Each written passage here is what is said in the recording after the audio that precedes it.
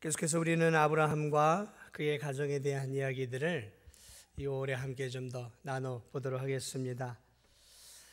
임신을 하지 못하는 아브라함과 사레는 어쨌든 서로 합의해서 사레의 여종이었던 하갈을 이제 아브라함의 첩으로 주게 되어집니다. 임신하게 되어지는 이 젊은 여종 사레, 그녀는 오만한 마음을 갖게 되면서 자신의 신분을 망각하고 여주인 사레를 경멸하기 시작합니다. 이 사레는 분이 나고 화가 나서 아브라함을 닥달하게 되죠. 결국 이 아브라함은 사레에게 당신의 여종이니까 당신이 알아서 하시오. 그래 다시 첩의 위치에서 여종의 위치로 전락을 하게 되어지죠. 이 사레 밑으로 다시 돌아온 하갈은 과거와 다르게 여주인의 심한 멸시와 또 학대를 당하기 시작합니다. 아마 이 사례가 작심을 했을 거예요. 이번에 제대로 버릇 한번 고쳐줘야 되겠다. 감히 여종이 여주인에게 경멸을 해? 가만 안 두겠다고 아주 작심을 했을 것입니다. 하루 이틀이 아니라 여러 날 학대한 것 같아요. 마침내 이 하갈이 도망을 가게 되죠. 야반 도주를 합니다. 그녀의 고향은 이집트였습니다. 그래서 이제 위에서 아래쪽으로 내려가는 도망자의 길을 들어서게 되죠. 그때 이 광야를 지나 도망하는 도중에 어느 이 보니까 하갈이 여호와의 사자를 만나게 됩니다. 그래서 하갈은 이 여호와의 사자와의 대화를 통해서 마침내 이제 자신의 죄악을 깨닫게 돼요. 자신의 죄를 깨닫게 되고 회개합니다. 그리고 회개한 하갈을 위해 오늘 여호와의 사자는 그녀가 놀랍게도 아들을 낳을 것이고 그 아들을 통해 세상에 또 하나의 큰 민족을 이루게 될 것이다라는 하나님의 약속을 이 여인에게 주어 줍니다. 그래서 이 하갈은 하나님의 이 약속을 믿고 자신을 힘들게 했던 여주인 사레의 가정으로 다시 돌아가게 되고 거기서 이제 아들 이스마엘을 낳게 되죠. 이스마엘은 우리가 알고 있는 것처럼 저 아랍 쪽, 아랍이죠. 그리고 터키 이쪽의 첫 조상이에요.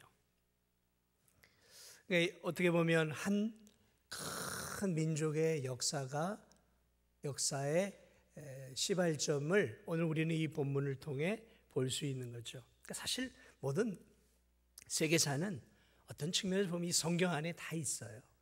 어떻게 아랍 쪽이 출발을 했는가. 그 아랍 쪽의 우두머리였던 이 이스마엘, 터키와 저 아랍의 사우디아라비아 그쪽 거기에 그 조상이 누구냐? 이스마엘. 그리고 이 이스마엘의 어미가 누구인가? 오늘 이 하갈이란 말이죠. 이 하갈, 임신한 하갈.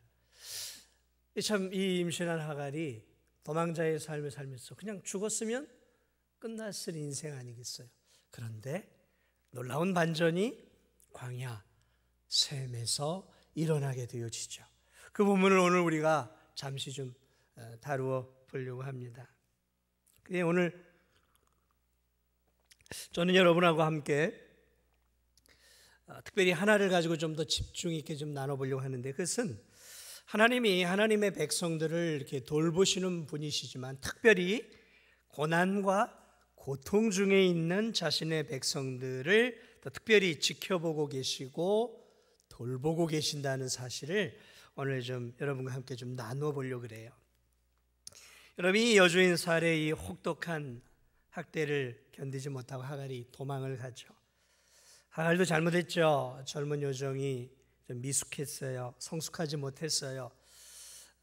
임신함으로 말미암아 이제 아브라함에 있는 모든 것은 내 뱃속에 있는 자녀의 것이야 라는 그런 그 잠시 잠깐의 오만함으로 인해서 그녀는 자신의 여주인 사레를 경멸하는 치명적 실수를 저지르게 되죠.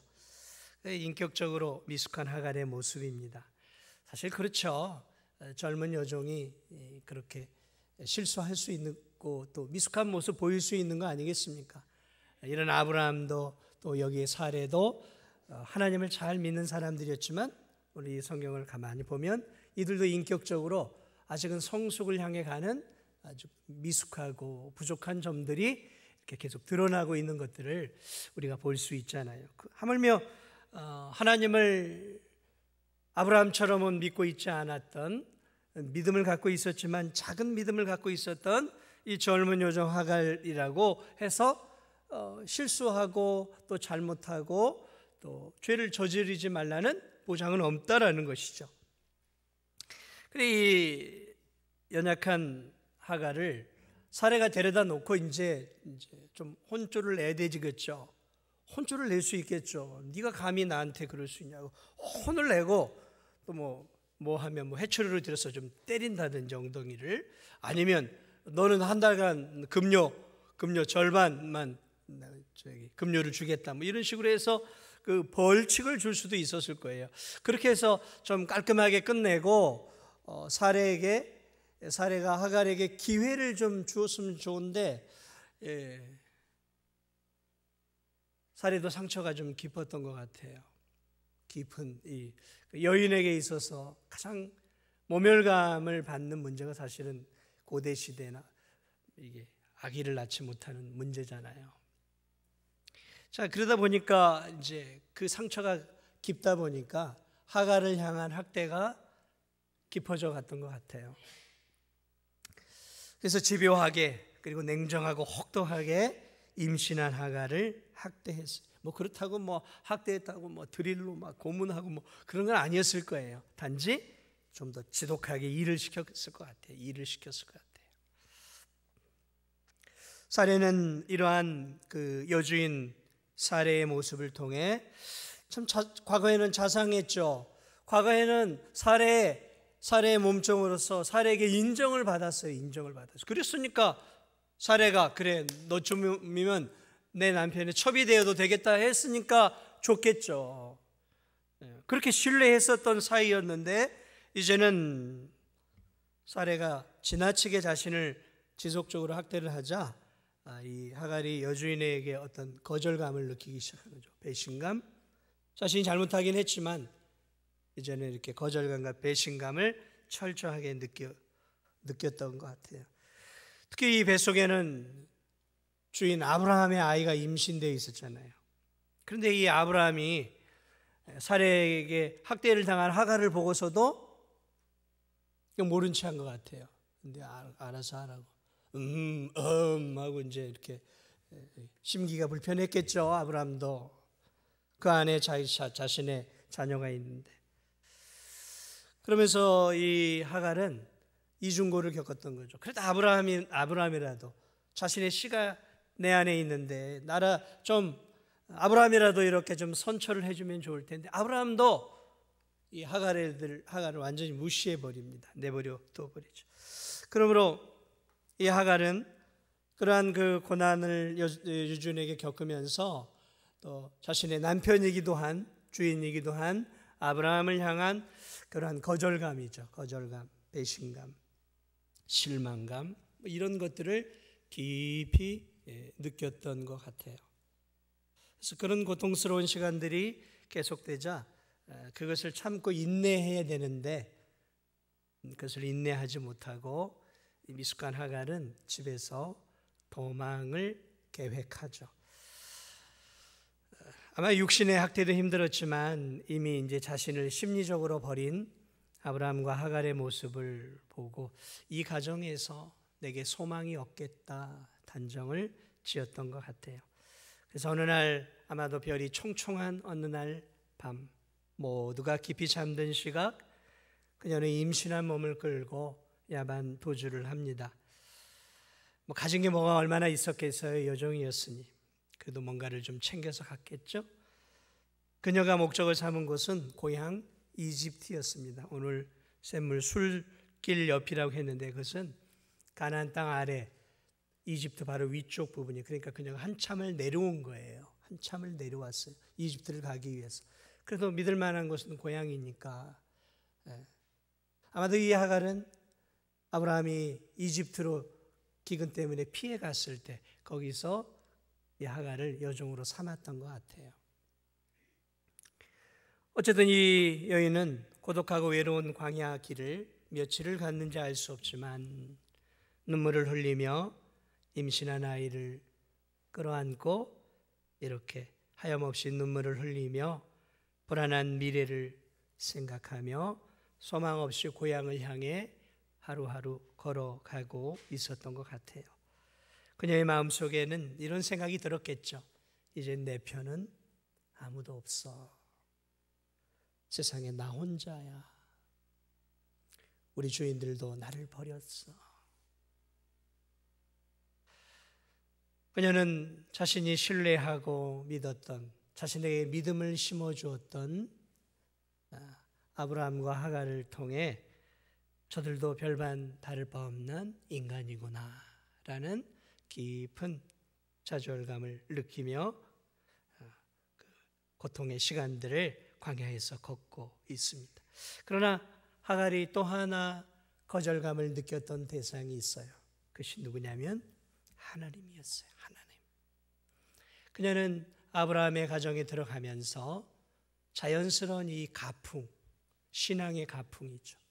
아브라함의 제사를 통해 함께 동참하며 놀랍게도 이 여인에게도 믿음이 들어오기 시작합니다. 하나님을 알아가기 시작해. 여호와 하나님에 대한 지식이 그녀에게도 서서히 쌓이게 되어지고 놀랍게도 이 하갈에게도 하나님을 믿는 믿음이 생겨요. 오늘 이 성경을 쭉 보면 하갈에게 여호와를 믿는 믿음이 있어요. 믿음이요. 그러나 물론 아브라함이나 사레와 같은 그러한 믿음은 아니었지만 그럼에도 불구하고 어쨌든 이 여인은 아브라함 가정 안에서 하나님의 말씀을 듣고 하나님에 대한 지식을 알고 하나님이 어떤 분이시라는 것들을 어슴풀에 알고 믿었던 믿음의 사람이었어요. 그러나 깊은 하나님을 아브라함이나 사레처럼 경험하지는 못했던 그런 여인이었어요.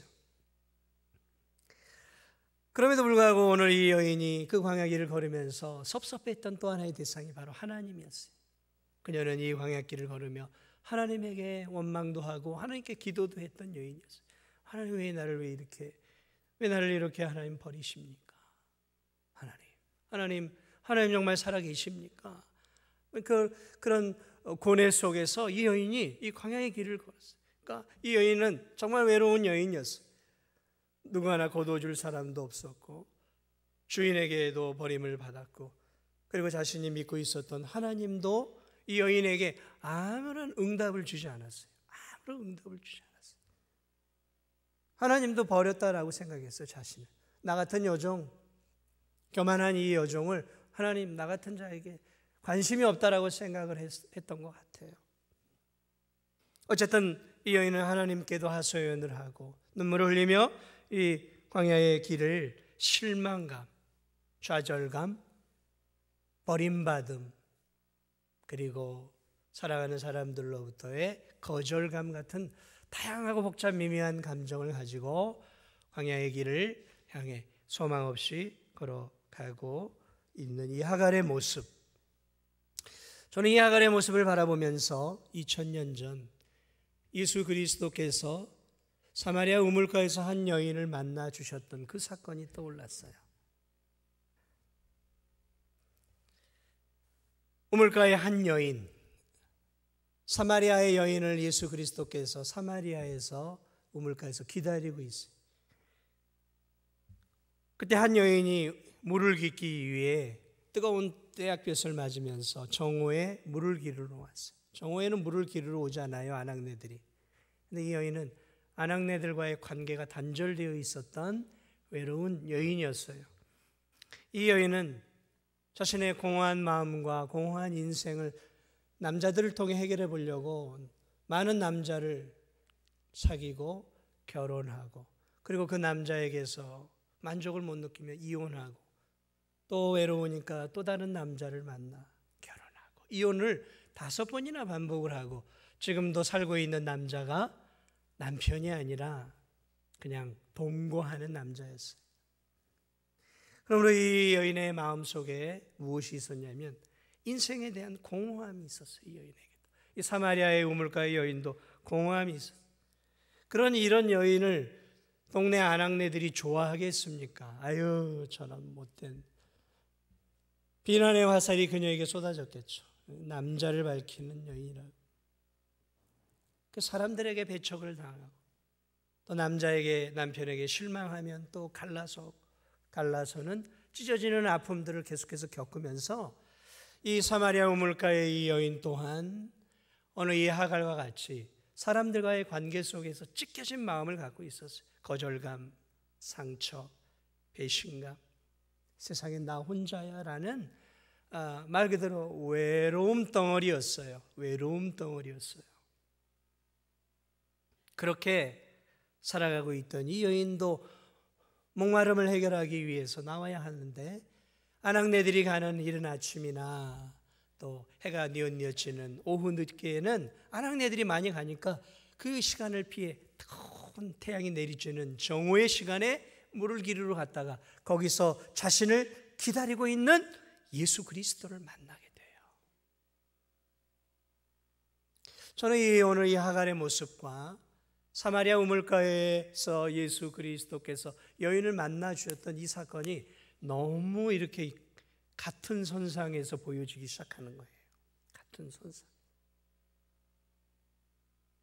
그 이유를 조금 더 제가 설명을 해드릴게요. 오늘 이 고통 가운데 있었던 이 하갈이라고 하는 이 여인, 오늘 사마리아 우물가의 여인, 그때나 지금이나 오늘날도 많은 사람들이 죄악된 삶을 살아가며 세상 속에서 많은 사람들과의 관계 속에서 어려움을 겪어요. 물론 하갈도 사마리아 우물가 여인도 하나님 앞에 죄인이고 죄를 짓고 살아가고 있어요. 그런 다양한 죄들로 인해 사람들과의 관계가 많이 틀어져 버렸어요. 오늘날도 마찬가지죠. 많은 사람들이 죄 가운데 살아가면서 죄를 짓고 살아가는 삶 속에서 서로가 서로에게 고슴도치가 되어서 서로를 찔러요. 콕콕 찔러요. 말로 찌르고 행동으로 찌르요. 그래서 사람들이 오늘날은 더 그래요. 더 심하죠. 그래서 가까이 하지 않으려고 그래요. 거리를 두려고 하는 것이죠. 그러다 보니까 오늘날도 오늘 이 여인들처럼 외롭고 세상 속에서 나는 혼자야. 아무도 나를 알아주지 않아. 외로움 가운데 살아가는 사람들이 의외로 이 세상에 많아요. 참 많아요. 그런 것들이 이제 우울함으로 오고 우울증으로 오고 불면증으로 오고 심리적 질병이 이제 육체의 질병과 큰 병으로까지 이어지는 그런 시대에 오늘 우리가 살아가고 있어요. 성도들도 그런 것 같아요. 성도들 가운데에도 그런 이렇게 살아가는 성도들을 보면 우리 교우들, 우리 성도들, 우리 구역 식구들은 내 편이 아니야 생각해. 사실은 본인이 그렇게 만들었는데 본인의 잘못은 이제 보지 못하는 거죠. 그래서 믿었던 교우들에게도 실망을 느끼고 또 믿었던 교우들조차도 연약한 허물들이 있잖아요. 저도 허물이 있고 또 성도들 다 허물이 있잖아요. 허물이 없는 성도가 어디 있어요? 다 나름대로 죄악을 가지고 살아가고 있으니까 그런 이런 연약한 단점들이 있단 말이죠. 그러니까 서로가 교회 안에서도 서로에게 상처를 줘요. 상처를. 가시돋친 말을 하고 가슴도치가 찌르는 것처럼 푹푹 찌르면서 서로가 서로에게 상처를 안고 거리감을 두고 그리고 멀어져 가는 거죠. 그러면서 하나님에게도 멀어져 가요. 하나님, 이렇게 외로워요. 힘들어요. 그런데 하나님은 이런 나에게도 관심이 없잖아요.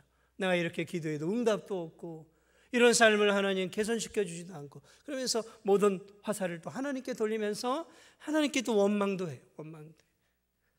또 그런 하나님은 또 침묵의 하나님이에요. 침묵의 하나님. 그러니까 침묵하시는 그 하나님 앞에서 세상 사람들에게도 거절감을 느끼고 하나님에게도 거절감을 느끼면서 이 세상 속에서는 정말 나는 혼자야. 하나님은 나 같은 자의 기도는 연약한 자의 기도는 듣지 않으시는 거죠. 믿음이 있는 저런 성도들의 기도는 들으시고 나 같은 자의 기도는 듣지 않으셔. 그런 마음을 가지고 살아가는 외로운 성도들이 있다는 거죠. 오늘 이 하갈과 같은 연약한 자들.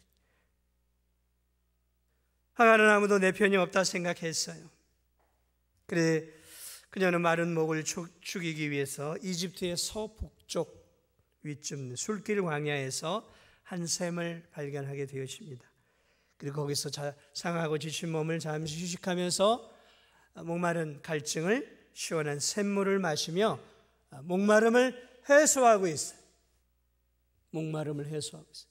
그러나 아무리 목마름을 해소한다고 해도 그녀의 영혼의 갈증, 인간관계의 갈증은 해소가 안 되죠. 하나님과의 관계도 해소는 할 수 없는 거죠. 사마리아 우물가의 여인도 목마른 갈증을 해소하기 위해서 우물가에 나왔죠. 그러나 그녀에게 있어서도 진정한 해갈은 영혼의 해갈이 있어요. 영혼의. 육신의 해갈은 잠시 물 한 모금 마시면 해결될 수 있지만 근원적이고 본질적인 문제, 영혼의 문제는 해갈이 안 돼요. 해갈이 안 돼요. 시원한 물을 마셔 잠시 육신은 행복을 누리고 있을지 모르지만 그녀의 마음은 외로움과 고독으로 여전히 갈증 가운데 있었어요. 두려움 가운데 있었어요. 그런데 그때 한 남성이 그에게 찾아옵니다. 그 샘물 곁으로 한 남성이 찾아와요.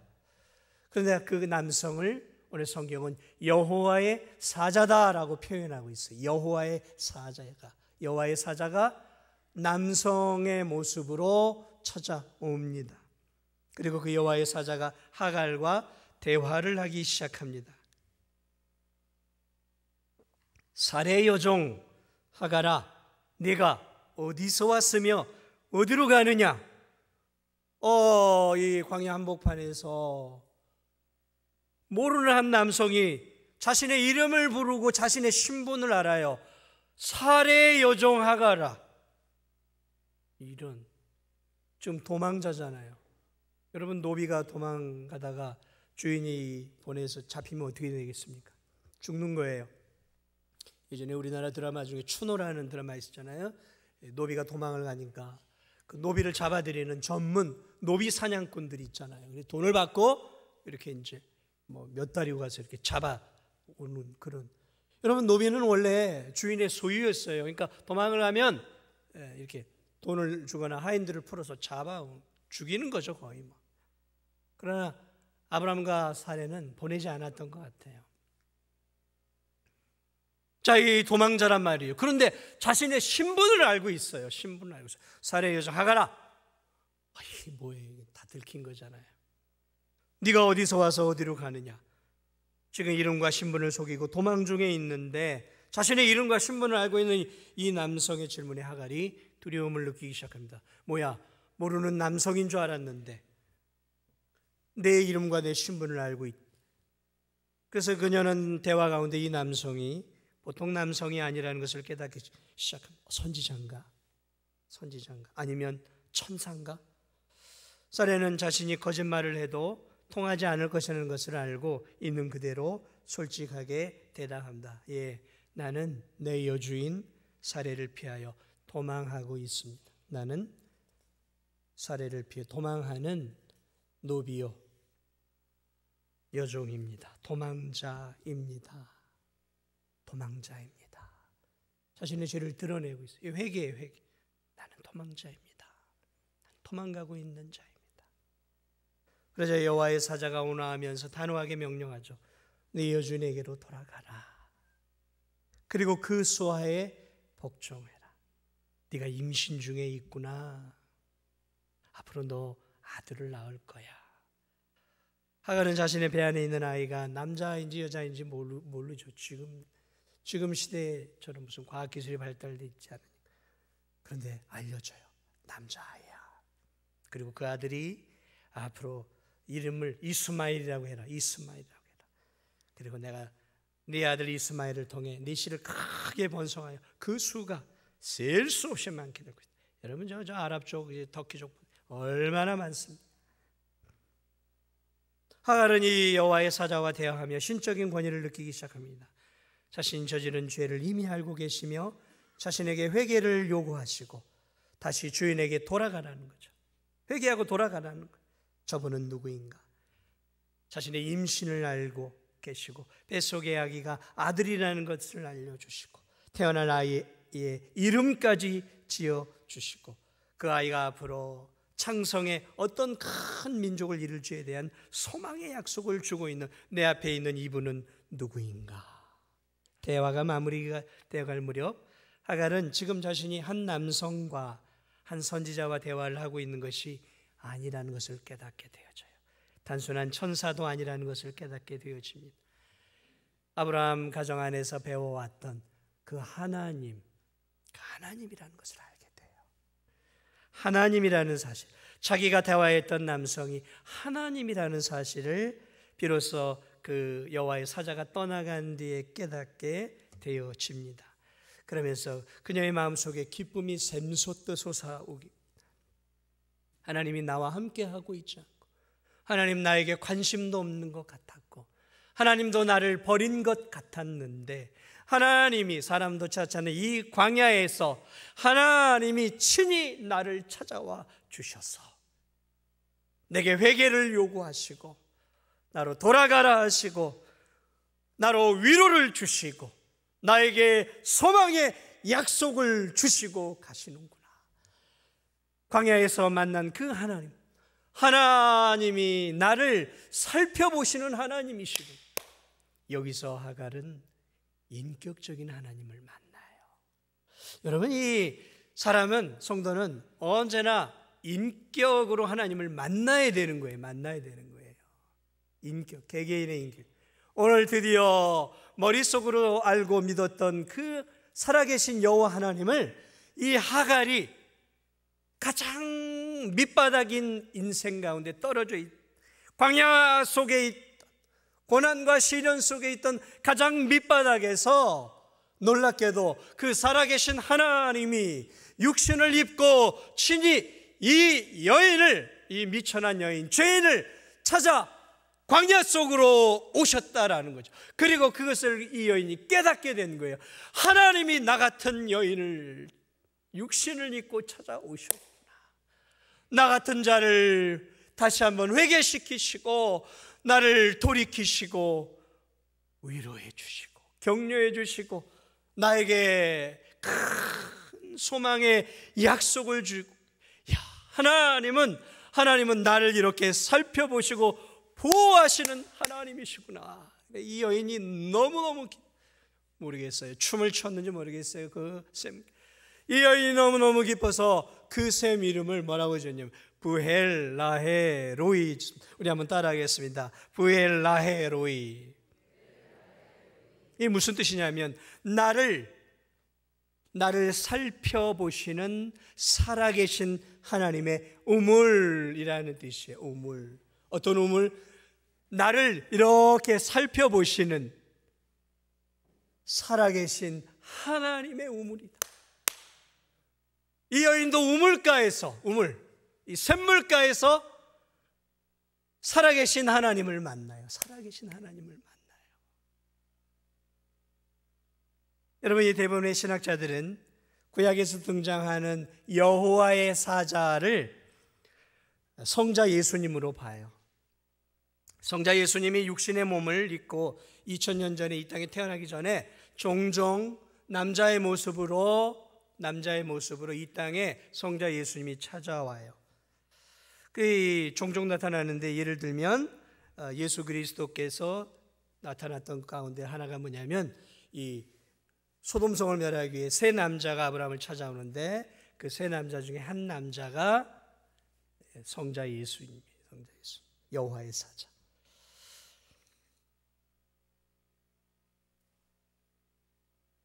우물가에서, 샘물가에서 하갈을 만나 주셨던 예수 그리스도는 또 다른 2000년의 세월이 흘러 사마리아 우물가에서 또 다른 하갈과 같은 한 여인을 기다리고 계셨던 것이죠. 참 놀라운 사건이에요. 그러므로 이 사건은 반복적인 사건이에요. 사실은 육신의 몸을 입고 오셨던 한 남성은 예수 그리스도였던 거예요. 사마리아 우물가에서 예수님이 쉬고 계셨어요. 아니, 정확하게 표현하면 기다리고 계셨어요. 누구를요? 한 여인을 기다리고 있었죠. 제자들이 먹을 것을 사러 마을로 간 동안 홀로 우물가에서 이 여인을 기다렸어요. 정오가 되자 여인이 물을 깃기 위해 홀로 외롭게 나옵니다. 많은 남자를 갈아치운 당시 죄인이었고 사람들의 외면을 받았어요. 사람들의 외면을 받았어요. 외로웠어요. 고독했어요. 세상에서 아무도 친구가 없다고 생각했던 여인이었어요. 예수님은 그녀가 다가오자 기다렸다는 듯이 그녀에게 말을 걸죠. 그녀에게 말을 걸어요. 나에게 물 좀 달라. 아니 어찌 유대 남성이 개취급하는 사마리아 여자에게 저에게 물을 달라 하십니까? 네가 물을 달라고 하는 내가 누구인지 알았다면 너는 나에게 생수를 달라고 했을 거야. 주여, 생수가 어디서 나겠습니까?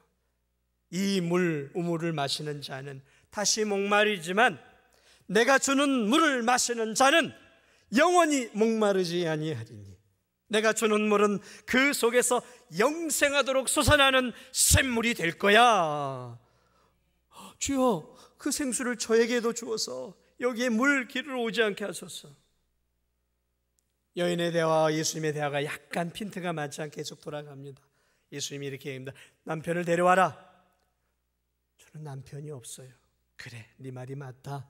과거에 5 남편이 있었고 지금 있는 자도 내 남편이 아니니 네 말이 옳다.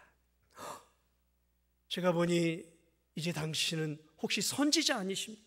유대 남성으로 보았던 이 여인이 시각이 바뀌기 시작해 대화를 하면서 시각이 바뀌며 예수님을 향해 선지자를 보기 시작합니다. 당신 선지자가 아니십니까? 우리는 이 그리심산에서 예배를 드리고 유대인들은 저 예루살렘에서 예배를 드려야 하는데 어디서 예배를 드려야 합니까? 그러자 예수 그리스도가 이야기합니다. 이 산도 아니고 예루살렘도 아니야. 이 사람들 너희가 예배할 때가 올 거야. 아버지께 참으로 예배할 때가 올 것이. 그리고 그들은 영과 진리로 예배하게 될 거야. 아버지는 영과 진리로 예배하는 자들을 찾으신다. 그러면서 대화가 점점 더 영적으로 깊어져 가기 시작합니다.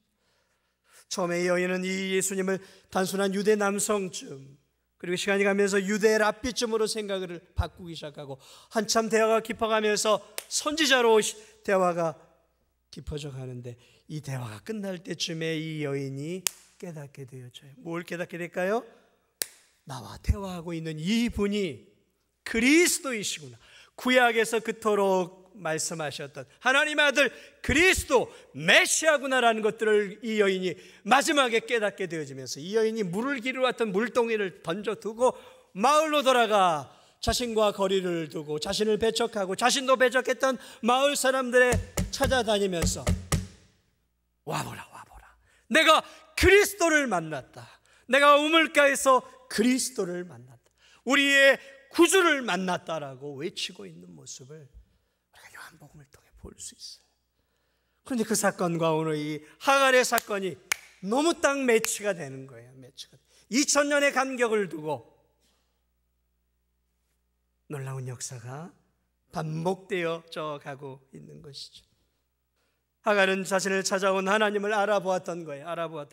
부엘라 에로이, 나를 살펴보고 계시는 하나님이시고 내가 이 우물가에서 목마른 내 영혼을, 내 육신의 만족을 채우고 있던 나에게 내 영혼의 만족을 채우고 나에게 영원한 기쁨을 주시기 위해 하나님이 육신을 입고 나를 찾아오셨구나. 나를 살펴보고 계시는구나. 나를 지키고 계시는구나. 그분은 나를 외면하지 않는 나의 하나님이시구나.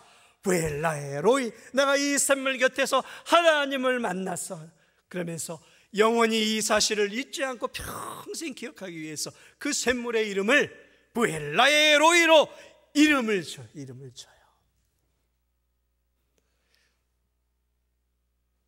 사랑하는 여러분, 하갈은 외롭고 고독한 광야에서 여주인을 떠나 홀라 도망가는 죄인이었어요. 도망자였습니다.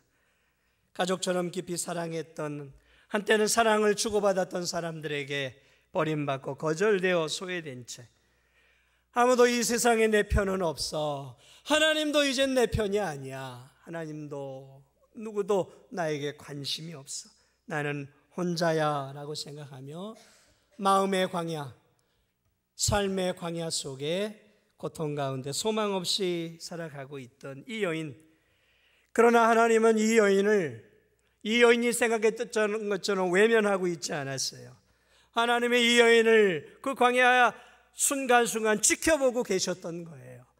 사실은 이 여인을 보호하고 계셨던 거예요. 그 광야 속에 임신한 그 여인을 하나님이 지켜보고 계시고 보호해 주시고, 전갈로부터 또 야수로부터 뜨거운 떼약볕으로부터 밤의 추위로부터 하갈은 깨닫지 못했지만 광야 이스라엘 백성 40년을 구름 기둥과 불 기둥으로 인도하셨던 그 하나님의 손길은 이 광야 속에 있는 하갈의 삶 속에도 함께하고 있었어요. 함께하고 있었어요. 하갈만 모르고 있었던 것이죠. 하나님을 만나고 하나님을 깨닫고 하나님을 경험하게 되자 이 여인의 마음속에 아픔이 눈녹듯 녹아내리기 시작합니다. 하나님에 대한 서러움, 하나님에 대한 서운함, 인간을 향한 서운함과 거절감들이 눈녹듯이 다 녹아내리게 됩니다. 여러분, 하나님을 정말 만나면, 하나님의 은혜를 정말 경험하면, 하나님의 사랑을 경험하면 인간들과의 서운함과 배신감과 이 모든 것들이 내 안에 얼음덩이와 같았던 그러한 모든 서운함, 거절감, 그러한 분노, 이 모든 것들이 녹아내리는 역사가 일어나는 거예요. 그리고 하나님과의 관계가 회복되어지고 그 깊은 그 광야의 한복판 속에서 하나님을 깊이 만나는 놀라운 은혜와 약속을 경험하며 다시 여주인에게로 돌아가 아기를 낳고 그 아기의 이름을 하나님이 지어주신 그 이름 그대로 이스마엘이라는 이름으로 지어주죠. 사랑하는 여러분, 저는 이 세상을 살아가는 많은 성도들이 참 외롭게 살아가는 것들을 보고 또 그렇게 생각하며 살아가는 성도들이 참 많은 것들을 봐요. 자신의 죄의 문제를 해결하지 못하고 죄 가운데 살면서 사람들과의 관계의 어려움, 삶의 어려움, 여러 가지 삶의 어려움을 통해서 스스로가 광야의 길로 뛰쳐나가는 거죠. 하나님 없는 삶의 길로 뛰쳐나가는 거예요. 그리고 외로워해요. 그리고 아무도 나를 사랑하지 않는다고 생각해요. 세상은 나 혼자라고 생각해요. 그리고 심지어는 하나님조차도 나를 돌아보지 않는다고 생각해요. 하나님은 내 귀에 내 신음에 응답하지 않는다라고 생각을 해요. 정말 그럴까요? 하나님이 정말 우리에게 그렇게 행하시는 분이실까요? 그렇지 않아요. 오늘 이 여정, 이 도망자 노비, 여노비를 하나님이 친히 찾아와 주셔서 만나 주시고 새 힘을 주시고 회복을 시켜주시며 다시 한번 이 여인의 삶 속에서 나는 너의 하나님이고 나는 너를 눈동자처럼 보호하시고 지키는 살아있는, 그리고 너를 지키고 계시고 보호하고 계시고 돌보아 주시는 너의 하나님이야 라는 사실을 이 하갈이 경험하게 되어지는 것이죠. 사랑하는 여러분 혹시 이 하갈과 같은 삶을 살고 있지는 않습니까? 여러분의 죄악과 여러분의 죄악된 삶의 습관, 또 연약한 다른 사람들의 나를 괴롭히는 그런 삶으로 인해서 홀로 외롭게 고독하게 신앙생활하고 있지는 않습니까? 하나님도 내 편이 아니고 세상 사람도 내 편이 아니고 나는 나 혼자밖에 없어 생각하는 분들이 계십니까? 그렇지 않아요. 4,000년 전에 하갈을 만나 주셨던 그 하나님은 2,000년 전에 사마리아 우물가의 여인을 만나 주셨어요. 2,000년 전에 우물가의 여인을 만나 주셨던 예수 그리스도는 예수님이 돌아가신 2,000년 이후 오늘을 사는 우리를 만나 주시는 부엘라헤 로이의 하나님이심을 믿으시기 바랍니다. 나의 하나님이에요. 우리에게도 그것이 필요해요. 부엘라헤 로이, 하나님 나를 살펴보고 계시는구나. 하나님 나를 지켜보고 계시는구나. 비록 부족하고 내가 죄를 짓고 살아가지만 여전히 하나님을 믿고 예수 그리스도를 믿는 나를 버리지 아니하시고 찾아와 주셔서 회개시키시고 돌이키게 하시고 위로해 주시고 다시 소망의 말씀으로 나를 저 영원한 천국의 산 소망을 가지도록 우리의 삶 속에 우리의 광야 가운데 찾아오셔서 우리에게 샘물과 같은 하나님의 생수와 같은 말씀을 통해 다시 한번 우리를 회복시켜 주시는 부엘라 에로이의 하나님을 우리의 삶 속에서 만나며 그 하나님을 찬양하며 여러분이 살아가는 광야 한복판에서 여러분의 부엘라의 로이를 만들어 갈 수 있는 그러한 복된 우리 성도들이 되시기를 예수 그리스도의 이름으로 축복을 드립니다. 우리